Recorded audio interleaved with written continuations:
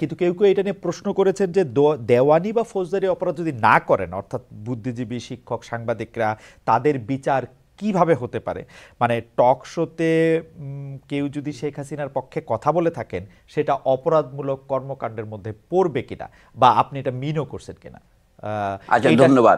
এটার সাথে স্যার একটু যদি এটার সাথে জড়ো করে, প্রথম আলো, ডেইলি স্টারের বিরুদ্ধে নানা ধরনের কথা, পক্ষে কথা, তারা আসলে ভারতের মুখাপেক্ষী কিনা, সেই জন্য তাদের বিরুদ্ধে আন্দোলন চলতে পারে কিনা, তাদেরকে ঠেকানো দরকার কিনা, সেটি নিয়েও একটু কথা হচ্ছে। এই দুটো যদি একসাথে বলেন। আজ আপনার প্রশ্ন শুনে রাখলাম, একসাথে তো এত কথা বলা যায় না, আমি একটা বলি। জি স্যার।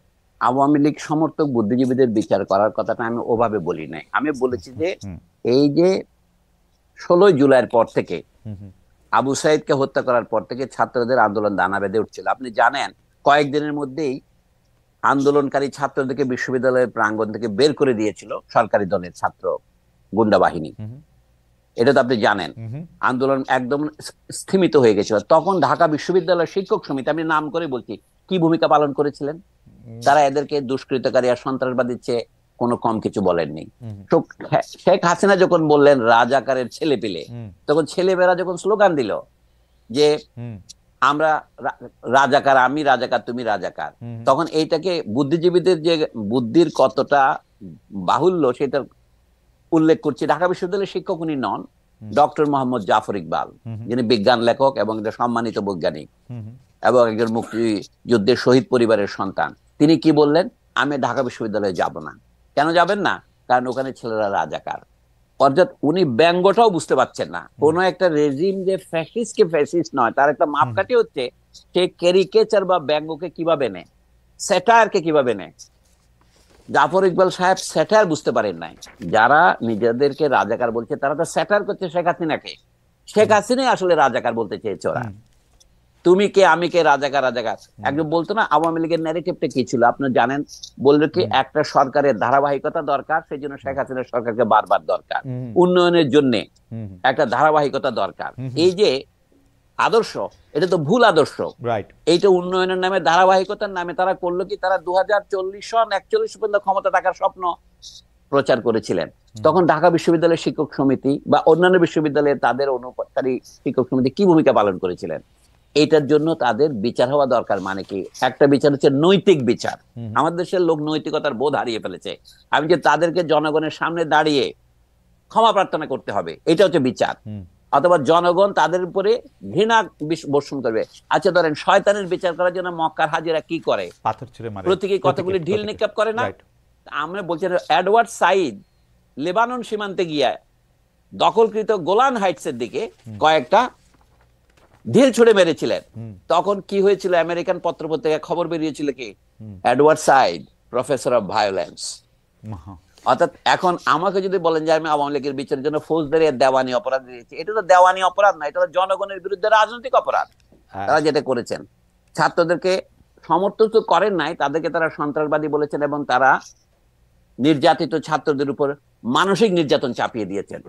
আমাদের বিচার ব্যবস্থাতে মানসিক নির্যাতনের কোনো বিচার নাই। স্যার, এটা জুলাই আগস্টে শুধু না, গত 5 বছর, 10 বছর, 15 বছর যে সময়ে ছিল স্যার, আপনি বহুবার এটা বলেছেন, বক্তৃতায় বলেছেন, টকশোতে বলেছেন, আমরা নিজেরা এক্সপিরিয়েন্স করেছি। তারা যে এইভাবে সরকারের বিভিন্ন অপকর্মকে, আপনি যাদের কথা বলছেন, ঢাকা বিশ্ববিদ্যালয়ের শিক্ষক সমিতি থেকে শুরু করে আমরা নিজেরা, মানে সাংবাদিক থেকে শুরু করে অনেকেই এই কাজটাই করেছেন, বুদ্ধিজীবী বারবার করেছেন। কিন্তু স্যার, আমরা এই জুলাই আগস্টের খুনের ঢালাও মামলায় সাংবাদিক, সাহিত্যিক, ক্রিকেটার, শিক্ষক, সংস্কৃতি কর্মীদের নাম দেখতেছি আওয়ামী লীগের সাথে জড়িত এমন কাউকে গ্রেপ্তারও করা হচ্ছে এই একই রকম মামলায়। এইটা কি স্যার ঠিকই আছে বিপ্লব পরবর্তী বা অভ্যুত্থান পরবর্তী? না, এটা ঠিক নাই। আমার কাছে বিপ্লবের পরে অনেক সময় মব জাস্টিস হয়। পৃথিবীর ইতিহাসে যেরকম বিপ্লবের পরে ভায়োলেন্স হয়, যে লোক মারা যায়। আচ্ছা 1971-এর পরে ধরেন, আমরা সকলে জানি ঢাকার খোলা স্টেডিয়ামে আমাদের দেশের একজন বিখ্যাত মুক্তিযোদ্ধা কতগুলি লোককে বিহারি বলে ধরে ওপেন বায়োনেট দিয়ে মারে নাই? তার কি বিচার হয়েছে? এটা তো মার্ডার। মানে তার তো কোনো জুডিশিয়াল পাওয়ার ছিল না, তিনি তো কাউকে না। অর্থাৎ মার্ডার আর এক্সিকিউশনের মধ্যে পার্থক্য আছে। আপনি জানেন, আপনি ম্যাজিস্ট্রেট ছিলেন, আমি জুরিস্ট দাবি করি না, আমি আইনের একজন সাধারণ ছাত্র মাত্র।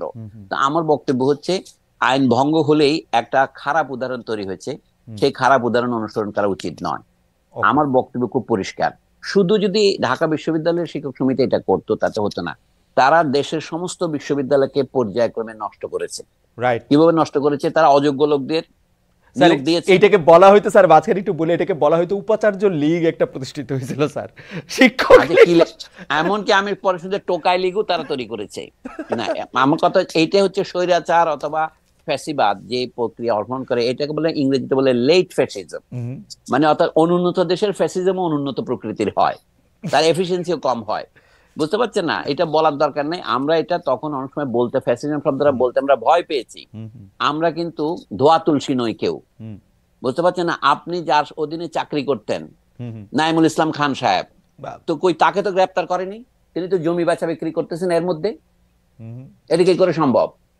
আপনি বলছেন যে এই বর্তমান সরকার যে দুর্বল, সে তো আওয়ামী লীগের অপরাধীদের কাউকে গ্রেপ্তার করতে পারেনি। ওই জামাত নেতাদের সাথে বসে কিন্তু এই সাংবাদিক যে নেতাদের নামে অ্যাক্রেডিটেশন কার্ড বাতিল করছে, এগুলি তো মশকরা। মানে যাদের জেলে যাওয়া উচিত, যেমন সোহরাব হাসান প্রথম আলোতে কাজ করেন, তার সাথে মঞ্জুরুল হাসান বুলবুল ছিলেন, কথাবার্তা তো একজন অমৃত সেবী, মৃত সঞ্জীবনী খেয়ে আসছে এরকম মনে হয়, এত বিনয়ী। তো সেই বিনয়ী তো জামাত নেতাদের সাথে বসে খাওয়া দাওয়া করছে।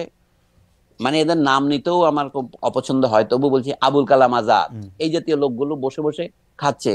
অথবা প্রধানমন্ত্রীর তথ্য উপদেষ্টা ছিলেন বা ইকবাল সোবহান চৌধুরী, তো এদের কাউকে তো গ্রেপ্তার করে নাই। তো বর্তমান সরকার ঢালাও মামলা দিচ্ছে, এগুলো তো কোনো মামলা টিকবে না, আইনের দৃষ্টিতে টিকবে না।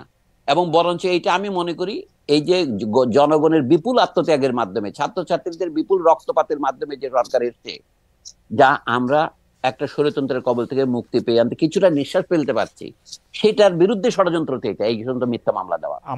আমার মনে হয় যে প্রফেসর সলিমুল্লাহ খান যেটি বলছেন সেটি আমরা আসলে সবাই মনে রাখতে পারি, যে এই বিচার আসলে জনগণের সামনে ক্ষমা চাওয়া এবং এইরকম একটি বিচার হওয়া উচিত, সেটি আসলে ঢালাও মামলার ক্ষেত্রে না। আমরা মনে হয় যে এটি আসলে অনেকে মনে রাখবেন। এই যে মডেলটা বলি, খালেদ আমাকে বলে যে দক্ষিণ আফ্রিকা যেটা হয়েছিল ট্রুথ এন্ড রেকনসিলিয়েশন, আমরা দেশের সব মানুষকে জেলে ঢুকাইয়া সব মানুষকে নির্বাসনে দিয়ে দেশ চালাতে পারবো না সোজা কথায়, কিন্তু যে অন্যায় করেছে সেটা যদি আপনি বিচার না করেন, তাহলে আপনি অন্যায়কে সহ্য করলেন।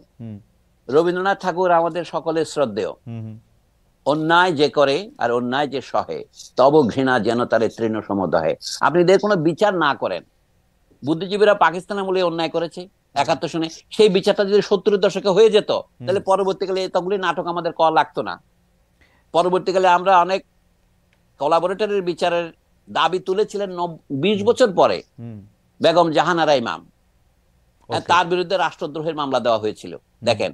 কিন্তু তার দাবিটা তখনই গ্রাহ্য হলে দেশে পরবর্তীকালে অনেকগুলি নাটক হতো না, হেফাজতের নাটক, শাহবাগের নাটক। এখন যে শাহবাগী টাবাগে বলতেছে, এগুলি মূল কথা হচ্ছে একটা ঘা যখন পুরনো হয়ে যায় তখন তা পচতে থাকে, এটা পচা শামুকে কাটা পায়ের মতো। আমি বলছি এখনো যদি এই দফায় যদি এরা নিজেরা নিজেদেরকে ক্লিন করে আসে, চীনে যেমন ছিল, কনফেশন করলেই তো হয় যে আমি এটা ভুলটা করেছিলাম ভাই, আমি করব না। আমি শুনেছি আওয়ামী লীগের কোন এক নেতা, মানে প্রথম শ্রেণীর নেতাদের একজন বলে কি আওয়ামী লীগ এখন জনগণের কাছে মাপ চাইতে প্রস্তুত, কিন্তু মাপ তো তাদের নেত্রী চাইতেছে না। মানে চাইলেও আমাদের খুনের অপরাধের কোনো মার্জনা হয় না। যারা খুনের সাথে হত্যার সাথে জড়িত তাদের বিচার ফৌজদারি কাটে হবে। কিন্তু রাজনৈতিক ভাবে আমি মনে করি আওয়ামী লীগ তার বৈধতা, নৈতিক বৈধতা হারিয়েছে। আওয়ামী লীগ বাংলাদেশে আর কোনোদিন উঠে দাঁড়াতে পারলে আমি মনে করি যে আমাদের রাজনৈতিক পড়াশোনা যা করেছে সবই বৃথা যাবে। স্যার, মুসলিম লীগ যেমন বিলুপ্ত হয়ে গেছে, আওয়ামী লীগও বিলুপ্তির পথে, এটা আমি দৃঢ়ভাবে বিশ্বাস করি। আওয়ামী লীগ তো ভিন্ন নামে আসবে, কিন্তু পুরনো আওয়ামী লীগ নিজে নিজেকে বিলুপ্ত করে নাই, বাকশাল করে তাকে আবার ফিরিয়ে দেওয়া হয়েছিল। তো সেইটা সে নিজেকে আবার দ্বিতীয় আত্মহত্যা করলো। আপনার মনে পড়ে, আমি বলি, আপনার মনে আছে শামসুর রহমানের প্রথম কবিতার বইয়ের নাম কি? প্রথম রৌদ্রকরটিতে প্রথম গান দ্বিতীয় মৃত্যুর আগে। এই যে আওয়ামী লীগের দ্বিতীয় মৃত্যুর আগে এই প্রথম গান গেয়েছিলেন শেখ হাসিনা।